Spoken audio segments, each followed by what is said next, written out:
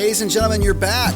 You have found the Dreamers Live podcast right here from the beautiful city near the center of the universe, the known universe, Bartlesville, Oklahoma. Oh, everything happens in the Ville, as That's we call it. And Yes. we're here in our lair, the Pioneer Dream Studios, and we're so thrilled to be back.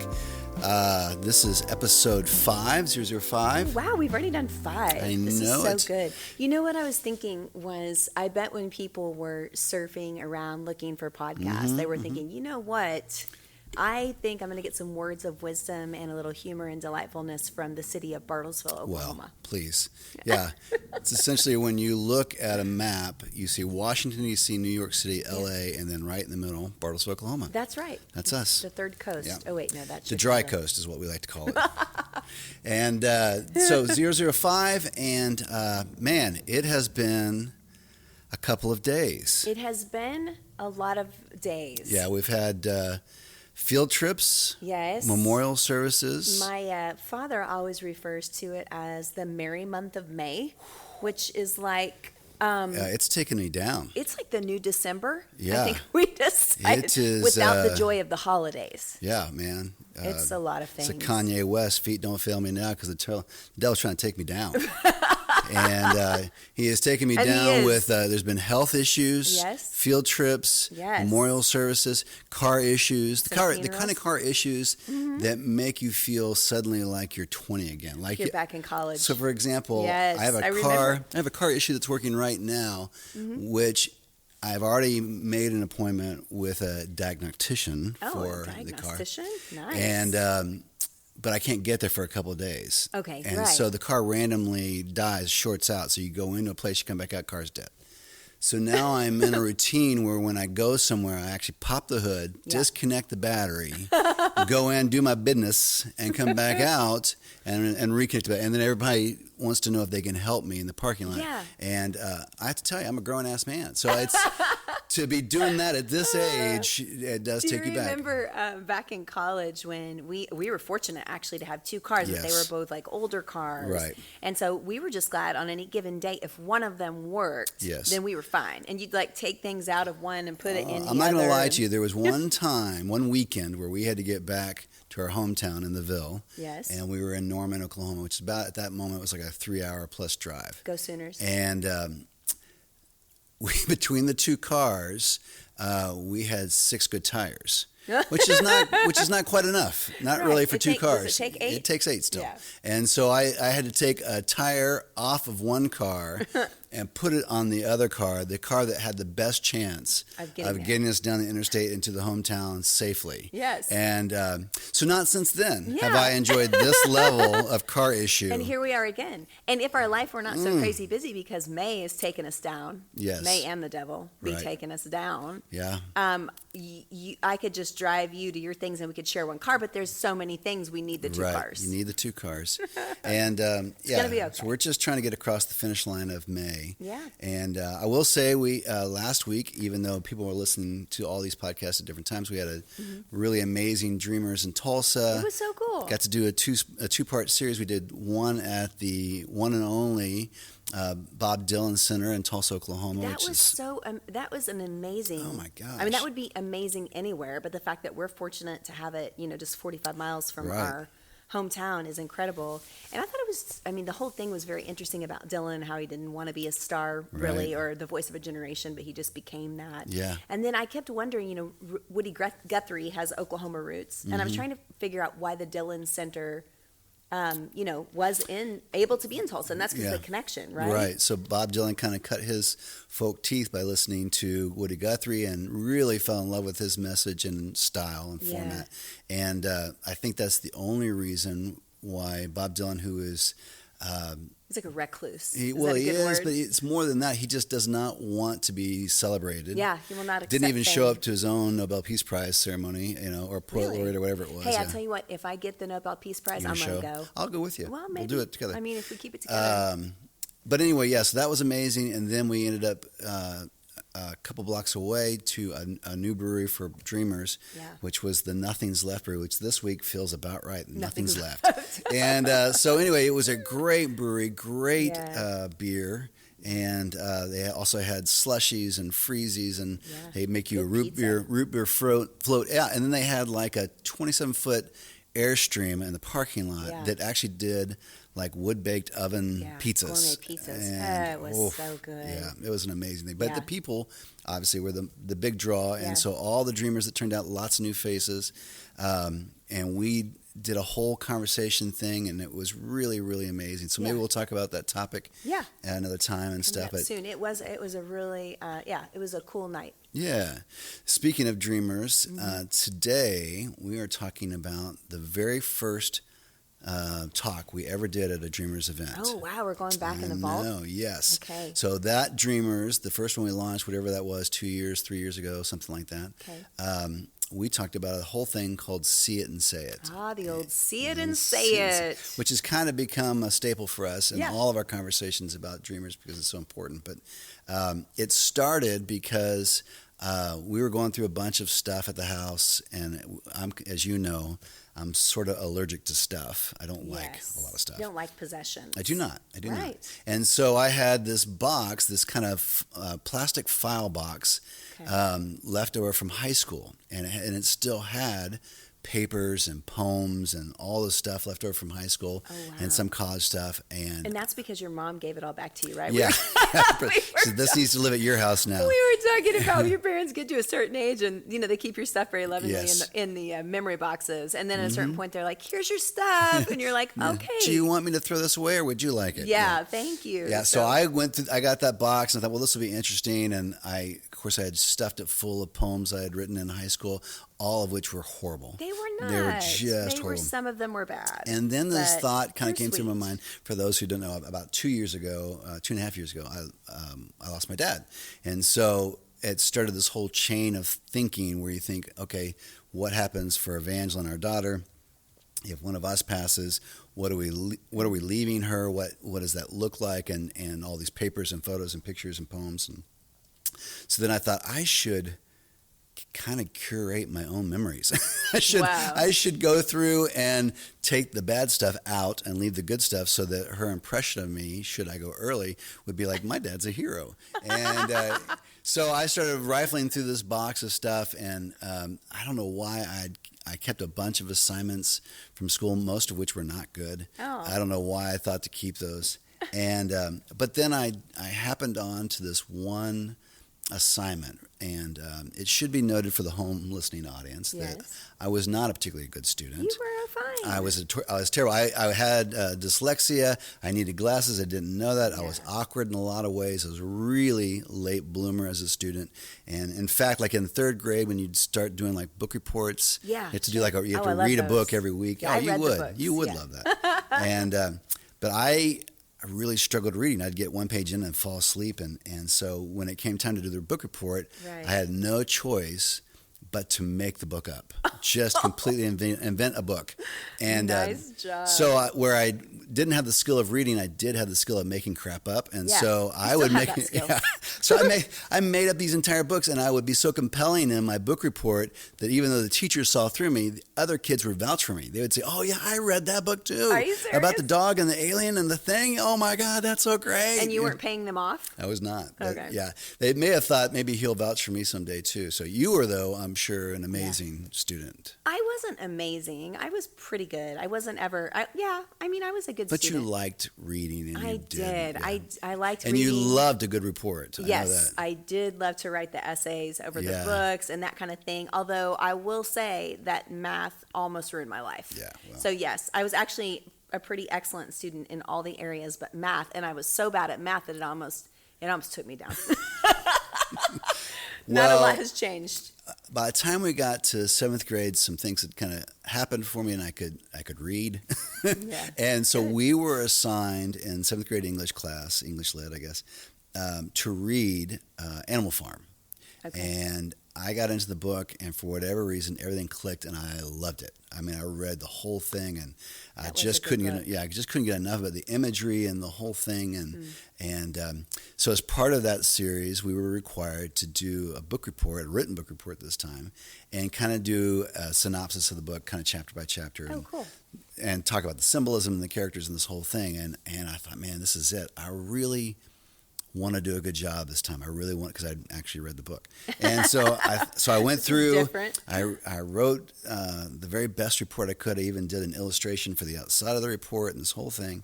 And like a couple days later, we were all sitting in our kind of matching rows there at Madison Middle School and waiting. And our teacher began to kind of go up and down the aisles. And every time she passed a student, she would lay their assignment face down on their desk. And To build suspense? yeah, I guess, Okay. or just to protect the people who did not score well, or whatever. Oh, okay. And Gotcha, so yeah. anyway, she laid my paper down, my assignment down, and went face down, and I immediately turned it over, and right there at the top corner, in teacher red ink, was A. And I thought, oh my gosh, I don't know that I'd ever gotten an A on something like that before. Wow. And so I flipped through it, and there were notes and stuff on the different paragraphs and different pages and all these kind of things.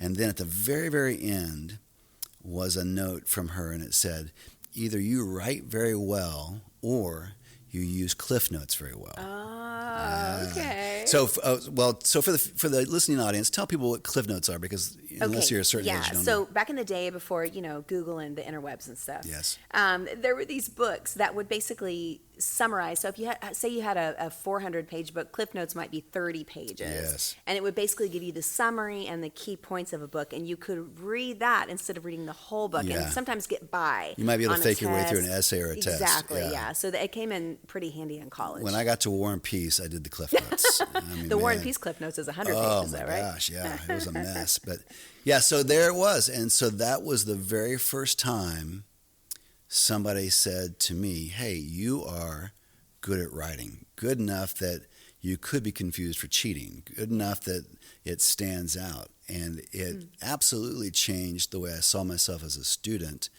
but also as a potential writer. And I Yeah. thought, oh, I'd been told before that I was good at drawing, or that I, or my imagination, or whatever. But this was something that was different and new, and I really liked it. I really loved words, and I loved putting the words together, and I loved the communication of it and what it Right. said.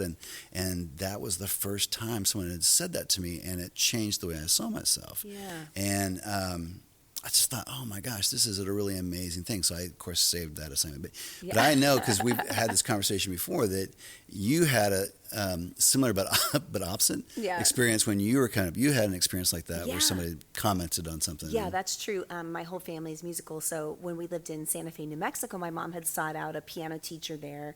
She wanted someone that was good or reputable. Right. And so we went to this crazy lady's house. My brother and I Yes. had piano lessons there. Her name was Mrs. Corelli. I'm sure she's passed on. She and her cats now. Oh boy. And so how many anyway, cats were there? there were just so many cats, like innumerable amount of cats. And anyway, that sounds terrible. yeah, and she also it really was. She also had the secret room with a copy machine in the back. And Oh, it was yeah. lowly lit like a laboratory, and she had books and books of sheet music that she would do bootleg copies to give us. And she was always afraid, I think, that the FBI was going to come You and get bust her. down her door and loose out the cats. Yeah, and yeah. what's funny is I want to be like, you're not selling them, so it's okay, Miss Corelli. But anyway, she was real secretive about that. But Yeah. I would get bored studying classical music pretty easily and decide that I was going to make up my own stuff. And Yeah. I still do that. And so I tried writing a song, and I wrote it out on the staff paper and everything. I kind of heard this little melody. And you're about what age again? I was 8, yeah. And I thought to myself, I am going to take this to Miss Corelli. I mean, look, I can write a song, I think. Yeah. So I took it to her, and after we played the classical pieces, I said, Miss Corelli, there's something that I would like to play for you. Is that okay? And this is just a song that I wrote, a little song that I wrote. So I played it for her, and she looked at me and she said, I think I've heard that somewhere before. And that was it. Wow. And the lesson was over. No So- congratulations, no good or, work, no. good job for trying, Nothing, huh? And so Wow. I didn't try again to write a song or really even think about it, just shut it down. So I was like 13, like Wow. 5 years later. That's amazing. Yeah, I know. It's just the sadness So of it. what's the first time you remember someone telling you that you're good at something, and what was it? What do you remember about it? My mom and dad I grew up in a family where they were pretty encouraging and helped us find out those things that we were good at. So I wasn't starving for encouragement, but when you get that reinforcement from somebody maybe outside your family Yeah. or outside your parents, it's really remarkable. I remember trying out for a play at the elementary school in Santa Fe. Yes. And I got the lead role. This was just a school play, and I got to Okay. play a boy, which was so cool because I would take my hat off at the end and I let my hair flow down. Like, look, I'm really a girl. Look, I can do all of this. Everyone, look at me. Anyway, but it was a really cool moment, and my parents Yeah. were so proud. But the teacher was like, "You're really good at this." Yeah, that's really cool. And that light bulb goes off. Like, maybe this is something that I could do more of in Yes. my life. And it doesn't even take much, but you feel that, and you Yeah. think maybe, Well, I remember growing up, we had, and our different families are different, and I did get some encouragement and stuff, but there was also, it was the kind of affection that was usually kind of came in like little digs, like, I was an awkward kid, so yeah. you're growing like a weed, and why do you have ski for feet, and all that kind of Aw. stuff. And so, not just because of that, but just in general, I had pretty low self-esteem. So Sure. when someone would acknowledge, usually somebody outside the family, because Right. it felt credible then, Exactly. that I was good at something, it was like water for the soul, man. It was Yeah. just like, wow, this is life-changing. And Yeah, and it made you want to write more. Yeah. Right? Yeah, It made you want absolutely. to do more of that. well, I think that's the thing. When someone announces that, it does motivate you. You think, what else am I good at? Or Yeah. it elevates your sense of confidence. But as we joke, no one comes to you and say, wow, you're really good at rocket science. And you think, great, I'm done. I'll quit now.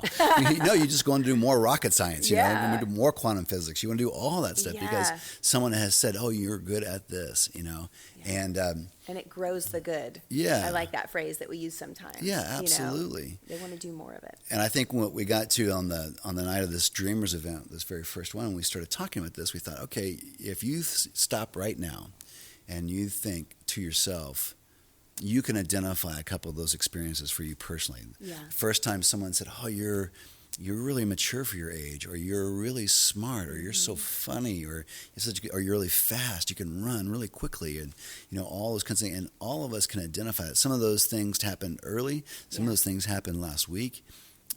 But what's amazing is when we acknowledge what that does in us, then we can also acknowledge that we still have that same power for other people. Yeah. So whether much they're adults or kids or Yeah. whatever, we can look into someone else and see the good in them and tell them Yeah. with our own mouths, oh, you're so great at this. And Yeah. it will, even if they're 80, it will change the way they see themselves and bring them up to do more good.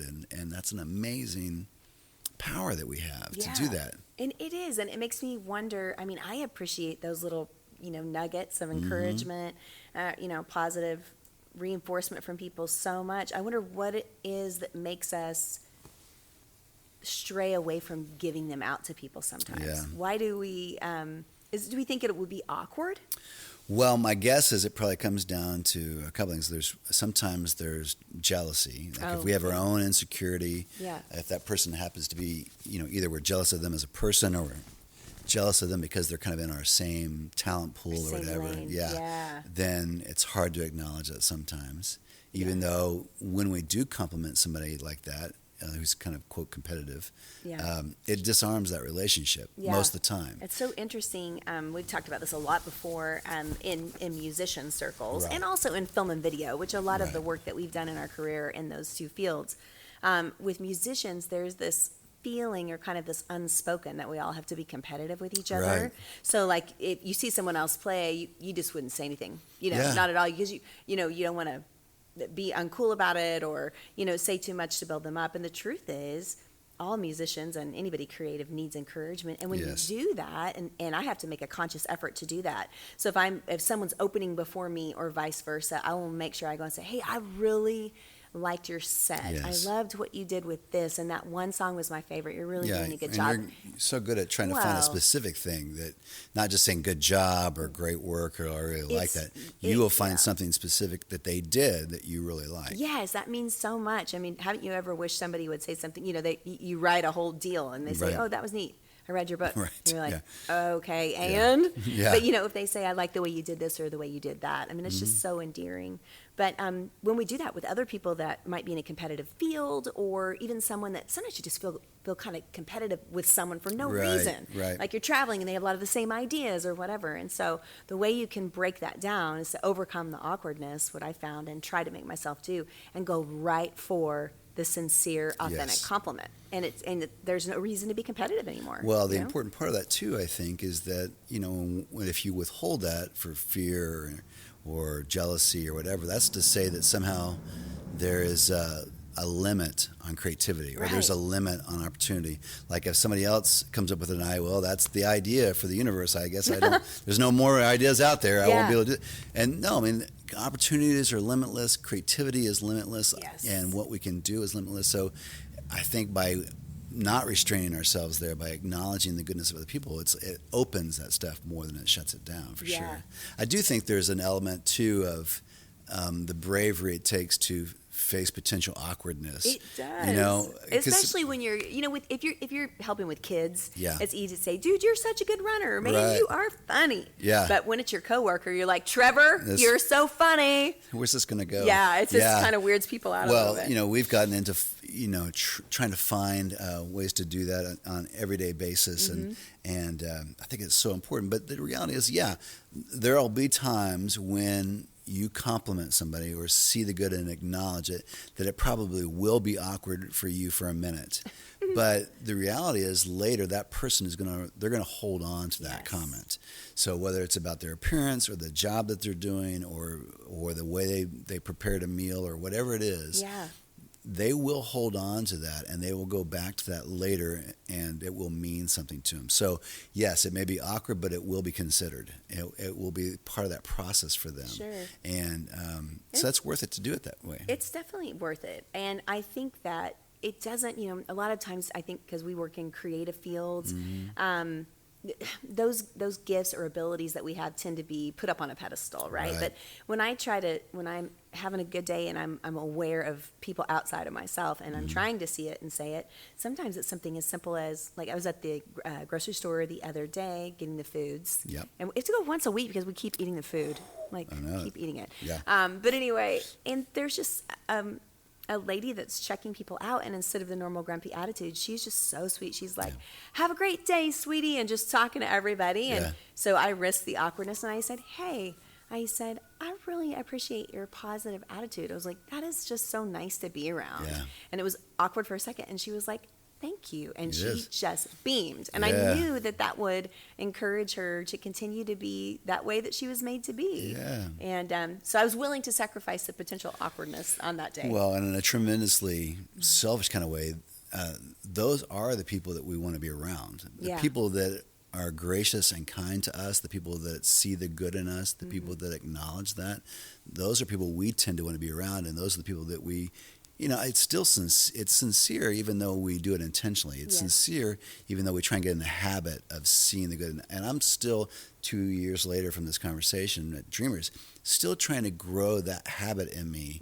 of being aware of other people, of not always walking into a situation and being so self-aware that I can't see what other people are doing. So self-conscious. Yeah. Yes. So that you're nervous, you're worried about your appearance, you're worried about whether you're going to look like an idiot, or whether other people are going to be funnier or smarter than you or whatever. Right. And so it's really hard to take our eyes off of ourselves in that setting. But getting in the habit of looking for the good in people, and then it's so important to actually say that to them. Yes, we've got to to say it communicate out our mouths. Yeah, so we think stuff a lot. Yeah. Don't you find yourself like thinking, I will think, oh my gosh, or we talk about it to she's other so people. pretty, Yeah. or I love the way she did this. How many or times you've been in a scenario Yeah. and somebody's name comes up, or they leave the table, and you say, "Oh my gosh, I just love John. He's just the funniest." He's Well, now so John's sweet. gone, and He the doesn't one know. person who could probably really benefit from all that glowing praise is not there John. to hear it. Yeah, John's not there. So Yeah. the whole thing is, yes, it's one thing to see the good in someone. It's a whole other thing to actually tell them, Yes. to acknowledge them. So it's, we've talked about that tonight. I said, I think that you're beautiful, and you come to a thank place you. or Oh, we're talking about me right yeah, now. so sorry. Thank you so much. Have a good hair day. So if I think you're beautiful and I see that and I think that in my mind, I think, what a lucky man I am. Well, now. That's all great for me, but it doesn't do you any good.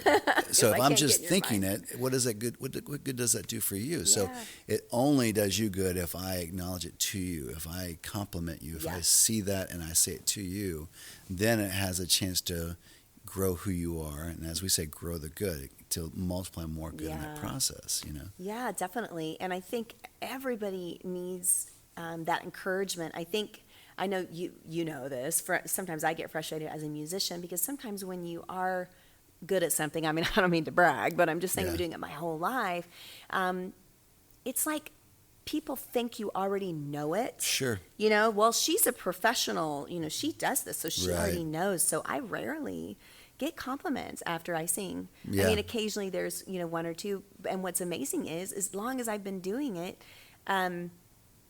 you think, am I maybe not good at this? Well, I don't need a lot, but some positive reinforcement. Yeah. So I wonder what it is that makes people want to withhold it if someone is maybe gifted at something. Yeah. But I don't want to be like that. Yeah. And so I think we've talked about this principle before, that if I'm everybody has days where you're more aware of others. Those are your good days where you're on your best behavior. Yeah. And, you know, gosh, it's such a better way to live. I think what really sets this whole thing up is that it's really important on all ages. So, you know, you spend a lot of time substitute teaching for kids, and we're around kids a lot. And you know, we have no idea what most kids' backgrounds are that we're with and where they're coming from. They're living in some tough stuff. Yeah. And so especially those kids who might be a challenge discipline-wise and all that kind of stuff, to look into their eyes and tell them, hey, I can tell you're a leader. I can see that on you. You're doing a great job, and this, that, and it changes some of that for them. Or looking and not just brushing kids off or pushing them away because they're annoying and they smell bad, but just middle school. But just taking the minute just to say, you know, and acknowledging something specifically that they're really good at will change it. But then that doesn't change when you get 40 or 60 or 80. 90. We still need to hear those things. Yes. So acknowledging the good in people, you know, that never gets old. You never age out of that thing. No, it's so important not only to see it or to think it, but to say it out our mouths. It's a two-part process, friends. It's see it and say it. And that's what we talked about today. And hey, speaking of dreamers, we would love to come do Dreamers with you.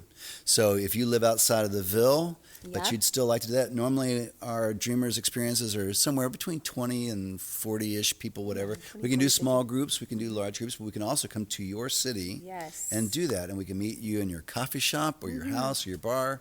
And it's really, really cool. Yeah, it is cool. If you've got, maybe you have a club you're part of, or like a civic organization, or even a church or school. We've spoken in all types of different places. And when we come out, usually we talk about some of these principles, like see it and say it. It's always funny and entertaining. Yeah. And then we normally break people up into just some conversation groups. And everyone always leaves, I know, which is cool, feeling encouraged and feeling like they can human just a little bit better. And they also feel more connected to the people they're with. Yeah, that's so it. If, you know, in our case, we do that with a lot of people who don't know each other. And so when it's all said and done, they leave knowing they could have a conversation with that person if they saw them again, much more than just hi and hello in the grocery store. So it's important. So if you want to do a Dreamers event, please get in contact with us, and we'll do that. Also, in the meanwhile, we would so appreciate your help. If you write a review, that would be wonderful on these podcasts, whether you're watching them or listening to them, it'd be great. Yes, great chance to see it and say it. There you go. I heard it, I saw it, and now I'm saying that it's incredibly amazing. Maybe you have, so you can review it, you can share it, you can like it, you can subscribe to it, you can tell the whole world about it. You can take it dancing. There you go. And you can also email us. Maybe there's something you want to talk about, or you have questions about the Dreamers Live podcast. Well, we'd love to answer those podcast questions for you. So do all that. Anything else? No, but I hope everyone survives May, and just, you know, if it's not May for you when you're listening to this, just be glad. Yeah, I think now would be a good time for us to maybe go to the grocery store. We do need some groceries. You better put the battery back in your car. All right. All right, friends. Thank you, and we will see you soon. Thanks for watching and listening to the Dreamers Live podcast. See you next time.